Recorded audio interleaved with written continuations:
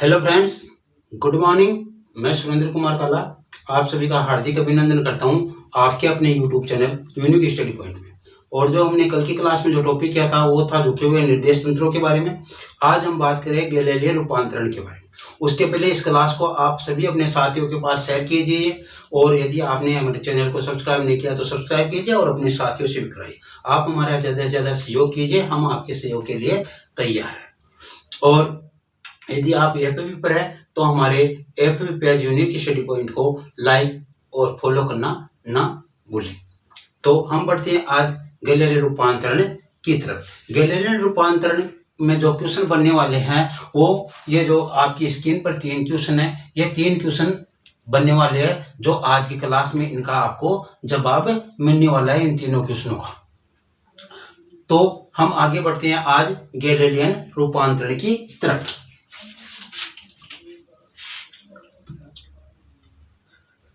Galilean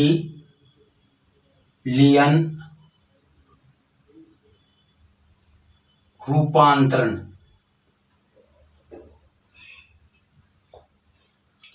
Galilean रूपांतरण समीकरण होते हैं वो क्या होते हैं कि एक निर्देश फ्रेम के निर्देशांकों का दूसरे निर्देश फ्रेम के निर्देशांकों के साथ संबंध स्थापित करने वाले समीकरण गैलीलियन रूपांतरण समीकरण कहलाते हैं। या एक निर्देश तंत्र के स्थिति वेग और त्वरण का दूसरे निर्देश तंत्र के स्थिति वेग और त्वरण के साथ संबंध स्थापित करने वाले समीकरण गैलीलियन रूपांतरण समीकरण कहलाते हैं। तो हम आज इस गैलीलियन रूपांतरण के बारे में बात करेंगे। जैसे आपने क्वेश्चन में पढ़ा होगा कि एस एक निर्देश तंत्र है जो क्या है, जड़त्व है, और उसके सापेक्ष एक दूसरा निर्देश तंत्र एस डैश धनात्मक अक्ष दिशा में v वेग से गतिशील है। तो हम पहले उस चित्र के बारे में बात करते हैं। देखो, ये अपना निर्देश तंत्र है एस। कौन सा है? एस निर्देश तंत्र है जो क्या है, जड़त्वीय निर्देश तंत्र है।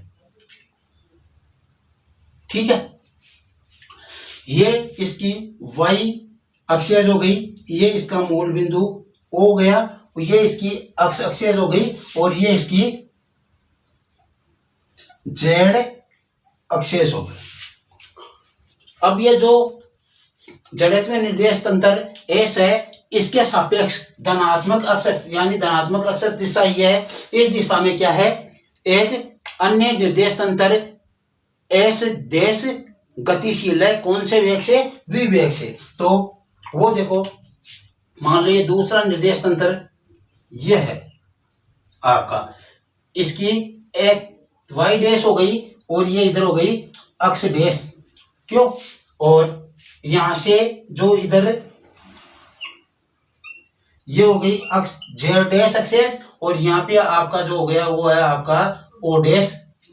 ठीक है, तो हम बात कर रहे हैं कि t बराबर t डैश 0 पर ये निर्देश तंत्र जो है इनकी मूल बिंदु o और o डैश क्या होती है, संपाती होती है। और देखो, इसकी y और y डैश एक्सेस समानांतर है, z और z डैश समानांतर है, और ये तो संपाती अक्ष और अक्ष डैश एक्सेस क्या है, संपाती है। इस प्रकार से अब इसमें देखो, इस निर्देश तंत्र में कहीं पे कोई कण, हम मान लो यहाँ पे, मान लो हम कण की बात कर रहे हैं, जहां तक वो कण मान लो यहाँ पे पी कण है, ये आपका पी कण, ये एस डैश निर्देश तंत्र एस में है। एस में है तो इसके निर्देशांक होंगे अक्ष वाई और जेड, और इसका जो स्थिति सदिश होगा ओ के सापेक्ष एस के सापेक्ष, तो वो स्थिति सदिश ये पी बिंदु के लिए ये होगा, क्या होगा, ओपी होगा स्थिति सदिश। तो ओपी सदिश इक्वल टू आर सदिश, ओपी सदिश इक्वल टू क्या हो जाएगा, आर सदिश। तो इस एस डैश जो निर्देश तंत्र है इसके सापेक्ष इसका स्थिति सदिश क्या होगा, ओ डैश के सापेक्ष। देखो, इसके मूल बिंदु ओ डैश है, इसके सापेक्ष इसका स्थिति सदिश ये वाला होगा।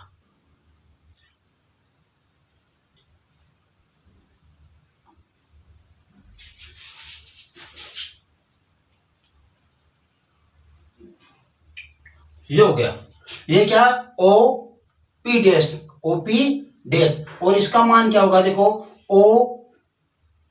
ओ dash P equal to R dash सदिश होगा। ठीक है, तो इस निर्देश तंत्र में यदि हम इस बिंदु के निर्देशांक ज्ञात करें तो क्या हो जाएगा, अक्ष डैश, वाई डैश और जेड डैश निर्देशांक हो जाएंगे। वो देखो कैसे, यदि हम इस पी बिंदु से यहां पे लंब डालें तो देखो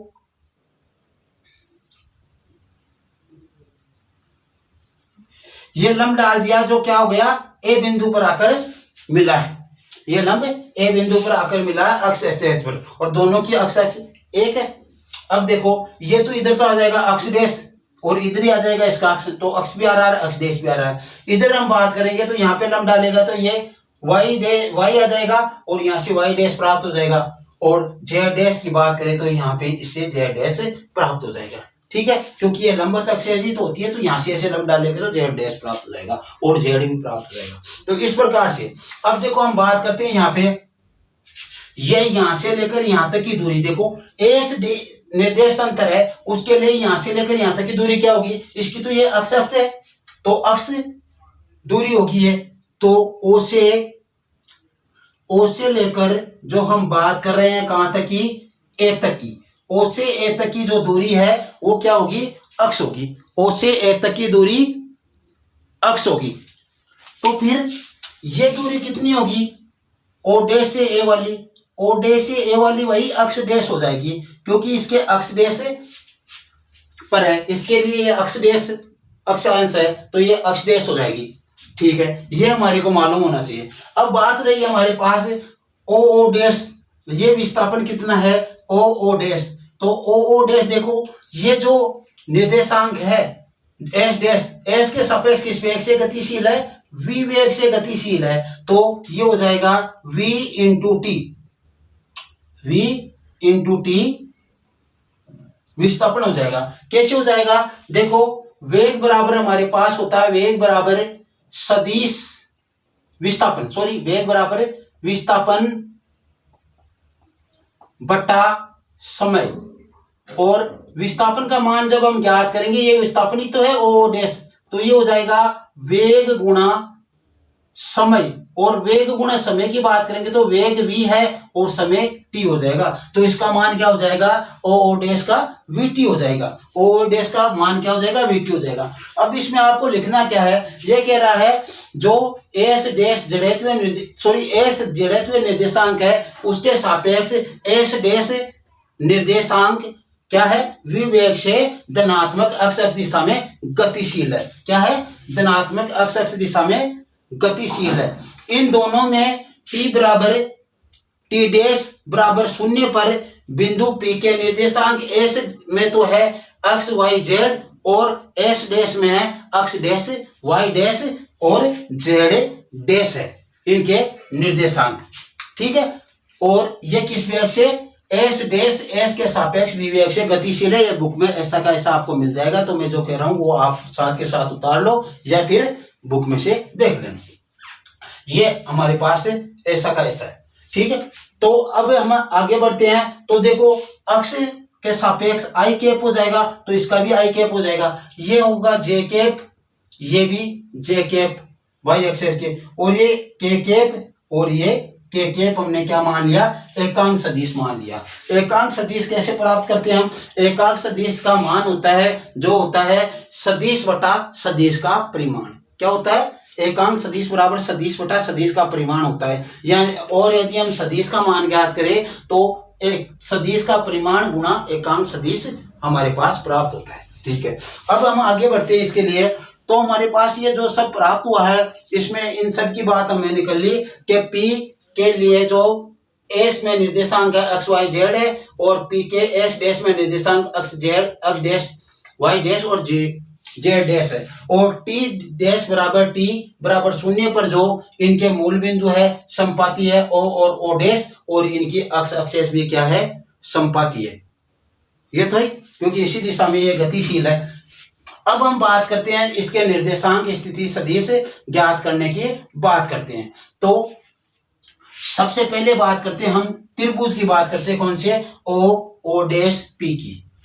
त्रिभुज ओ डैश पी के बारे में हम बात कर रहे हैं। क्या करेंगे कि ये क्या है त्रिभुजों का, इस त्रिभुज में सदिशों का त्रिभुज नियम लगाएंगे। तो ये देखो इस सदिश के हमने ये दिशा मानी और इसकी ये मानी, तो किसी त्रिभुज की दो आसन भुजाओं को जब दो सदिशों के द्वारा व्यक्त किया जाता है तो उस त्रिभुज की तीसरी भुजा विपरीत क्रम में उन दोनों सदिशों के परिमाण को व्यक्त करती है। तो देखो ये विपरीत क्रम में व्यक्त करेगी। तो हम यहाँ पे लिखते हैं क्या, ओ डैश सदिश प्लस ओ डैश पी सदिश इक्वल टू ओपी सदिश क्या हो गया, ओपी सदिश हमें प्राप्त हो गया है। अब इसके बाद में इनके बाहर रख लो। देखो ओ डैश का मान तो हमारे पास क्या है, वीटी है। ओ डैश का मान क्या है, वीटी। तो वी सदिश T plus O dash P का मान क्या है, आर डैश सदिश। तो आर डैश सदिश बराबर ओपी का मान क्या है, आर सदिश हमारे को प्राप्त हो गया। ओपी का मान आर सदिश प्राप्त हो गया। अब आगे बढ़ेंगे तो हमें आर डैश का मान निकालना है। तो आर डैश सदिश इक्वल टू आर सदिश माइनस ही वीटी इधर जाएगा तो वी सदिश इंटू टी। ये हमारे पास जो समीकरण नंबर 1 प्राप्त हुआ है, ये समीकरण नंबर जो 1 प्राप्त हुआ है, ये क्या है, स्थिति का गैलीलियन रूपांतरण समीकरण है। ये क्या है, स्थिति का गैलीलियन रूपांतरण समीकरण है। इसका ध्यान रखना मेरे को, ये क्या है, स्थिति का गैलीलियन रूपांतरण समीकरण है। अब हम आगे बढ़ते हैं। देखो इनमें आर का मान, आर डैश का और वी का मान हमें ज्ञात करना है, इसमें पुट करना है। तो ये सभी इस चित्र से हमें प्राप्त होने वाला है। क्या है, इस चित्र से ये सभी मान हमें प्राप्त होने वाले हैं।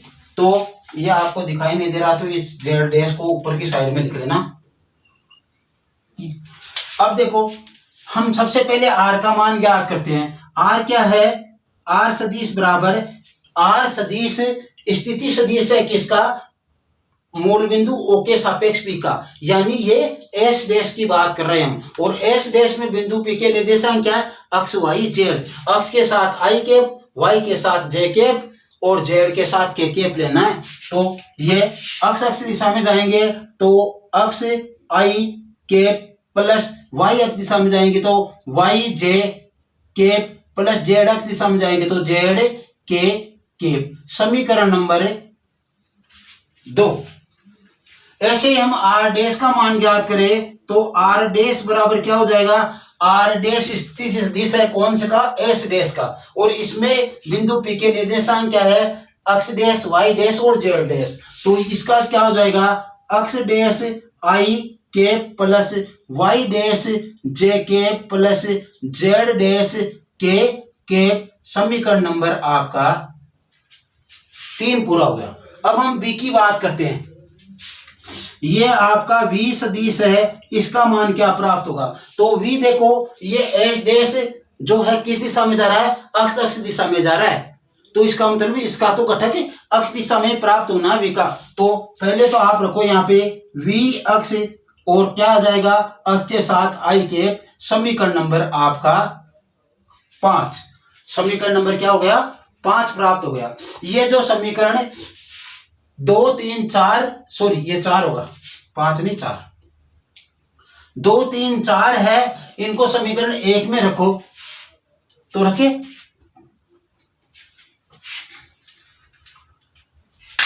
समीकरण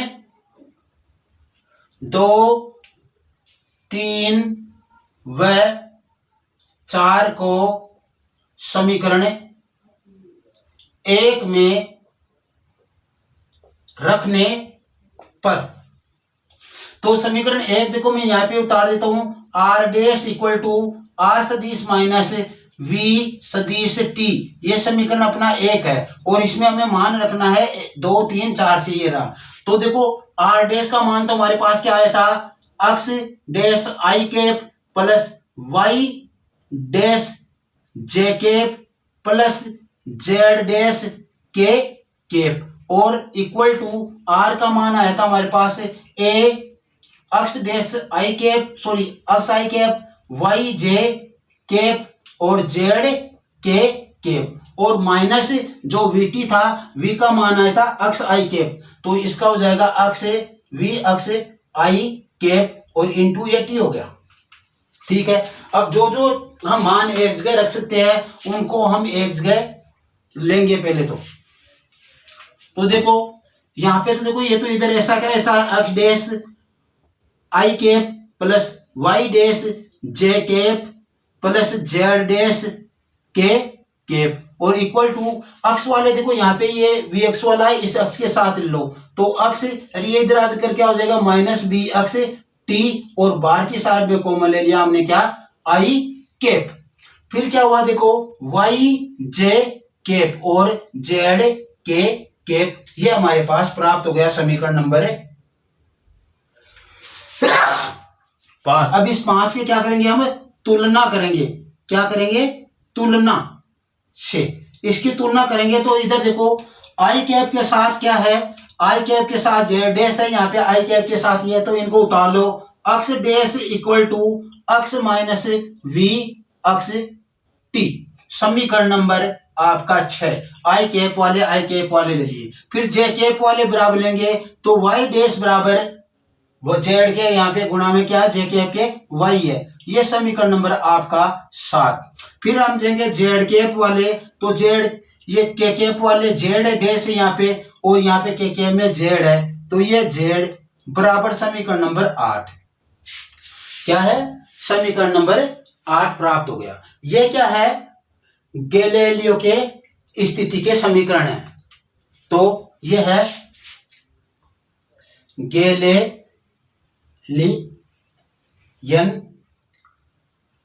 के स्थिति रूपांतरण समीकरण, क्या है स्थिति के रूपांतरण समीकरण है ये गैलीलियन के तीनों।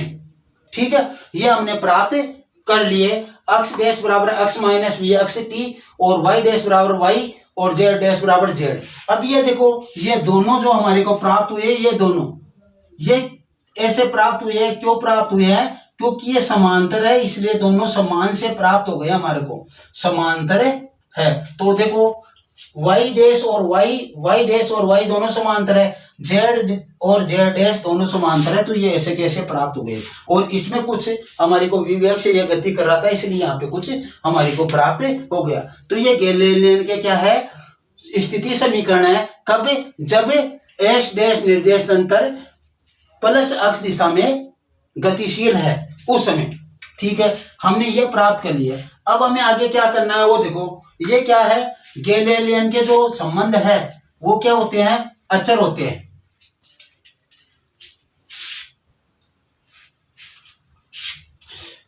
गैलीलियन रूपांतरण अचर होते हैं, अतः इसमें समय क्या होता है समय का कोई प्रभाव नहीं पड़ता, अतः इसमें समय का कोई प्रभाव नहीं होता है। इसका मतलब है T dash equal to T, समीकरण नंबर हमारे पास क्या हो गया 9, T dash equal to T क्या हो गया समीकरण 9 प्राप्त हो गया हमारे को। ये जो हमारे पास समीकरण 6, 7, 8 और 9 ये क्या है स्थिति के समीकरण है, ये इसको भी हम गैलीलियन के स्थिति रूपांतरण का समीकरण ही कहेंगे। ठीक है, अब हम आगे बढ़ रहे हैं किसकी तरफ वेग रूपांतरण की तरफ। किसकी बात करेंगे वेग की बात करेंगे। तो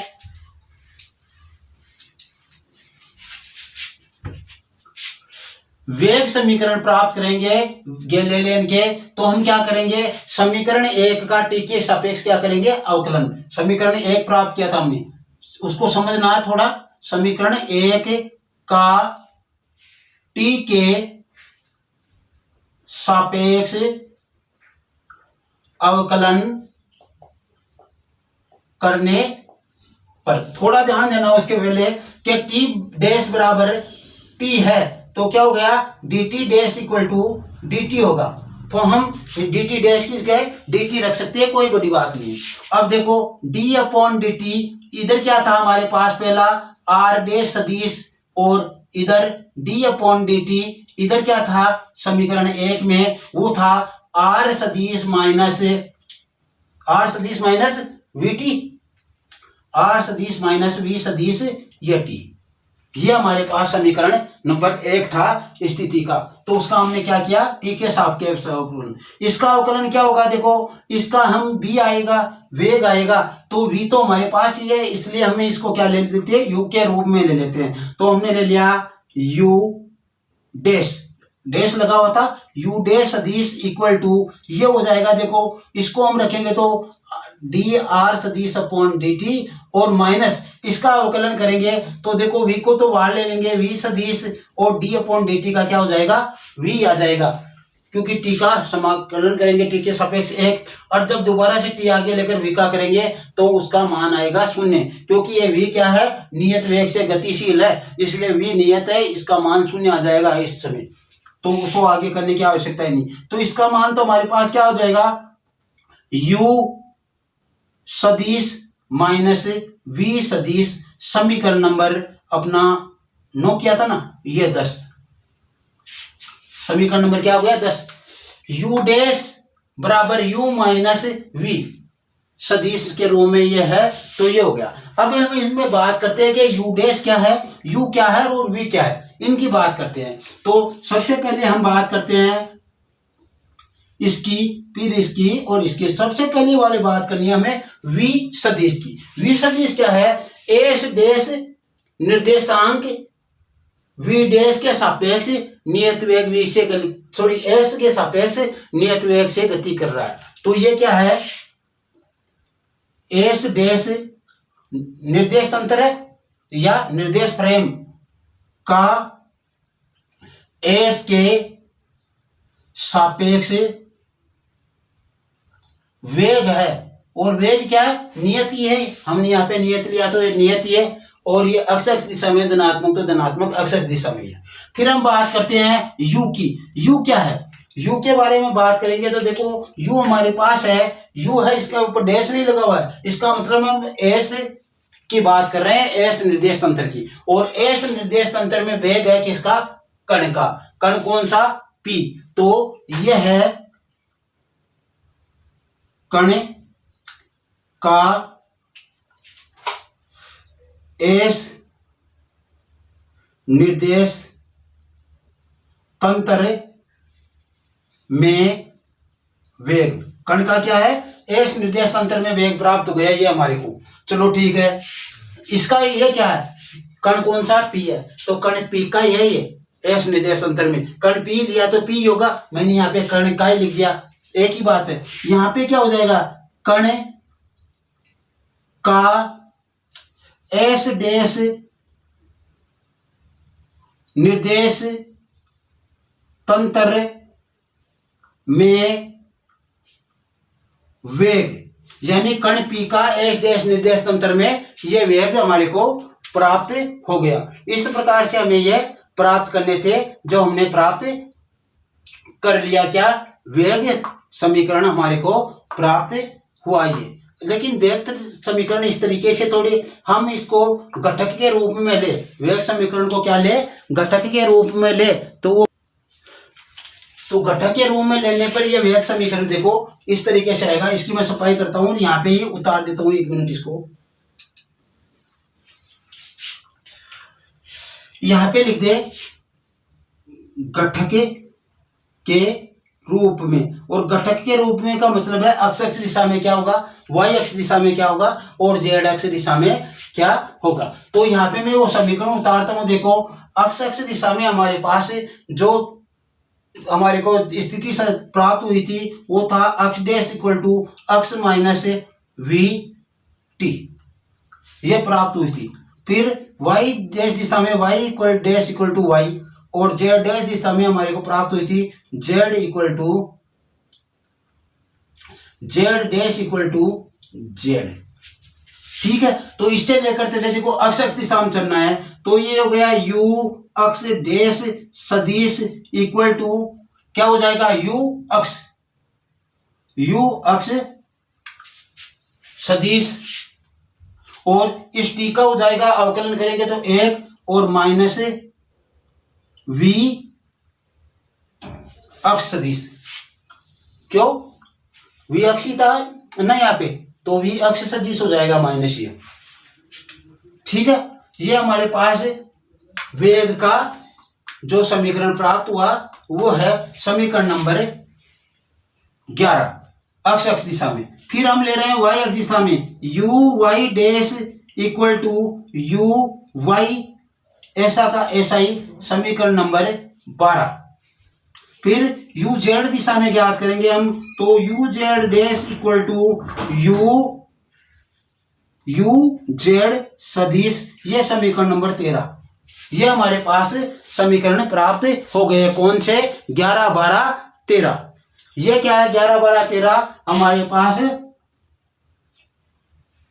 वेग के समीकरण प्राप्त हुए हैं, यानी ये वेग गैलीलियन रूपांतरण समीकरण है। तो इनको हम क्या बोलेंगे, वेग के गैलीलियन रूपांतरण समीकरण। वेग के गैलीलियन रूपांतरण समीकरण है ये। तो ये वेग के हमारे को गैलीलियन रूपांतरण समीकरण प्राप्त हो गए। अब हम बात करते हैं, वेग आ गया हमारे पास, अब इसके बाद में बात करेंगे त्वरण की। तो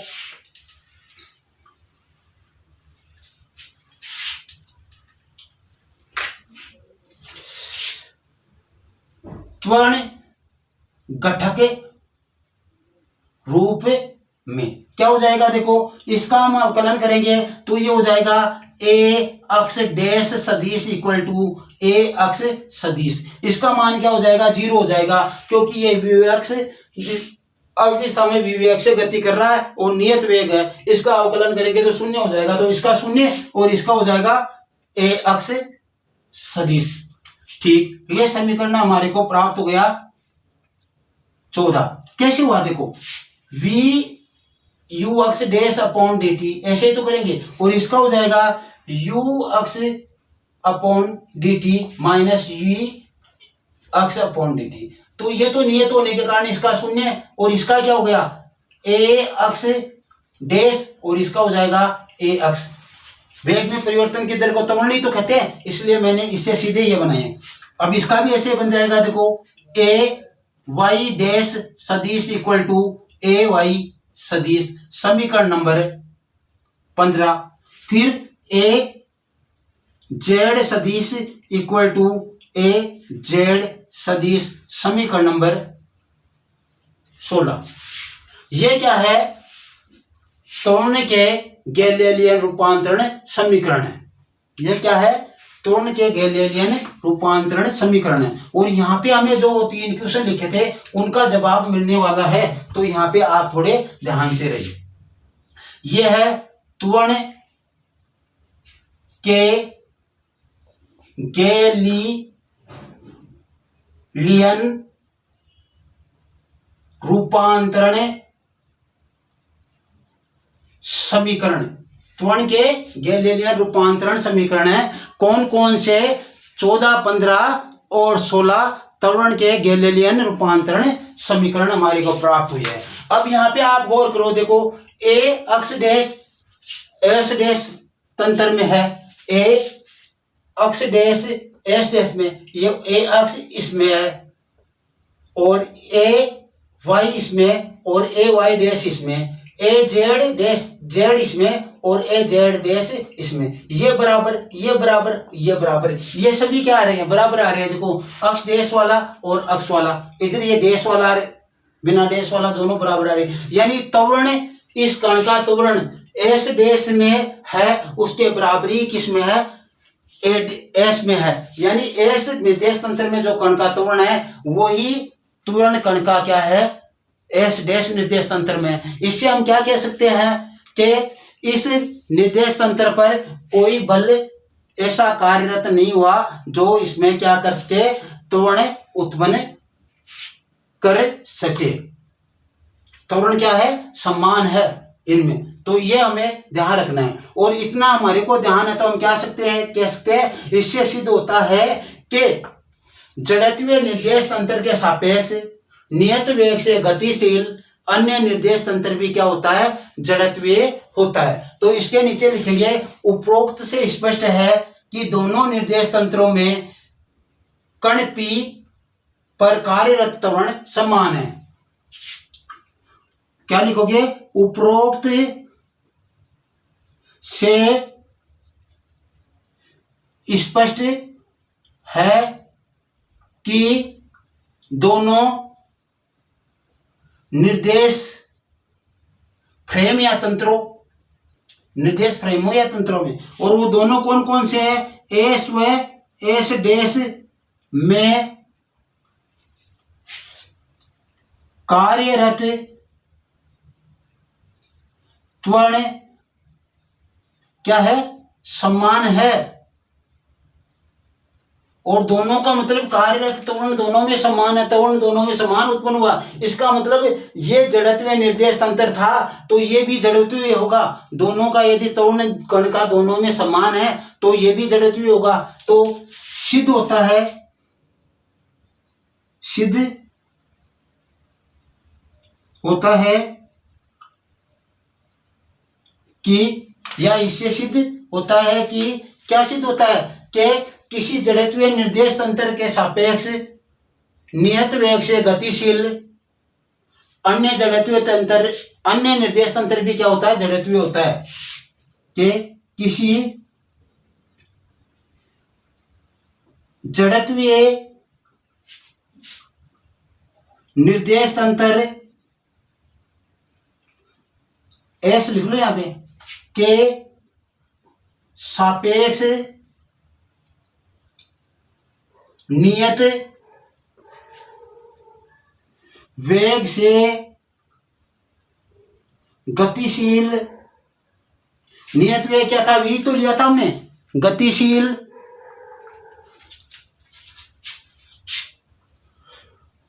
अन्य निर्देश तंत्र जो क्या है, एस डैश है, जो क्या है, एस डैश भी जड़त्वीय ही होता है, भी यहां पे लिख दूंगा, भी जड़त्वीय ही होगा या है। यह सिद्ध हो गया हमारे पास, होगा या है, यह हमारे पास सिद्ध हो गया कि वह भी जड़त्वीय होगा। यानी ये जड़त्वीय निर्देश तंत्र है, इसके सापेक्ष नियत वेग से गतिशील जो जड़त्वीय निर्देश तंत्र है, सॉरी दूसरा निर्देश तंत्र एस डैश है, तो ये भी क्या होगा, जड़त्वीय ही होगा। ये सिद्ध होता है। ऐसा क्वेश्चन आता है, जो हमारे को क्वेश्चन दिया गया था वो क्वेश्चन ही ये है। तो इस प्रकार से हम कर सकते हैं। अब हम करेंगे बल के घटक ज्ञात करेंगे। ये हमारे को त्वरण के घटक प्राप्त हुए, अब बल के घटक प्राप्त करेंगे।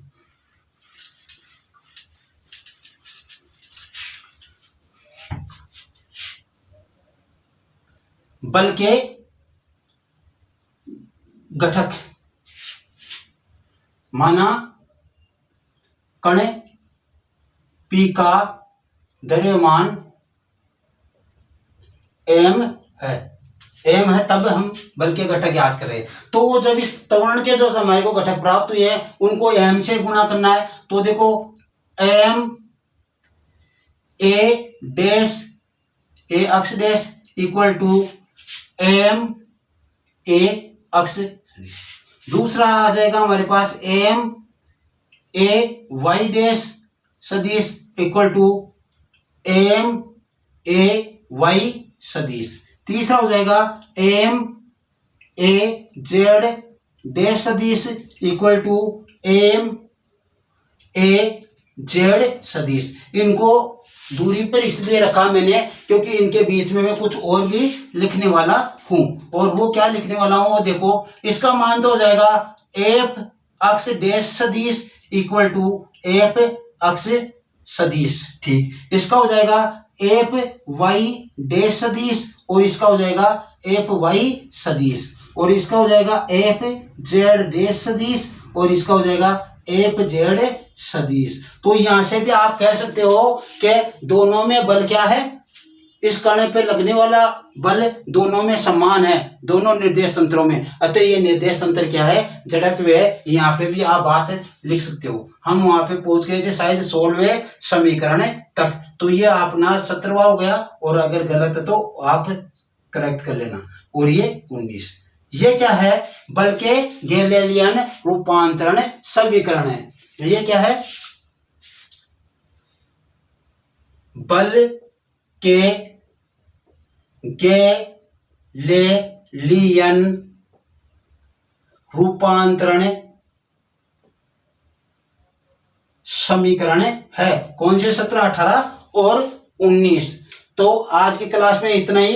यदि ये क्लास आपको पसंद आई हो तो आप इस क्लास को लाइक कीजिए, शेयर कीजिए और चैनल को सब्सक्राइब नहीं किया तो सब्सक्राइब कीजिए और अपने साथियों से भी करवाइए। और कल की क्लास में हम करेंगे क्या, न्यूटन के निश्चलता सिद्धांत के बारे में। और आज की क्लास में इतना ही। Okay, thanks.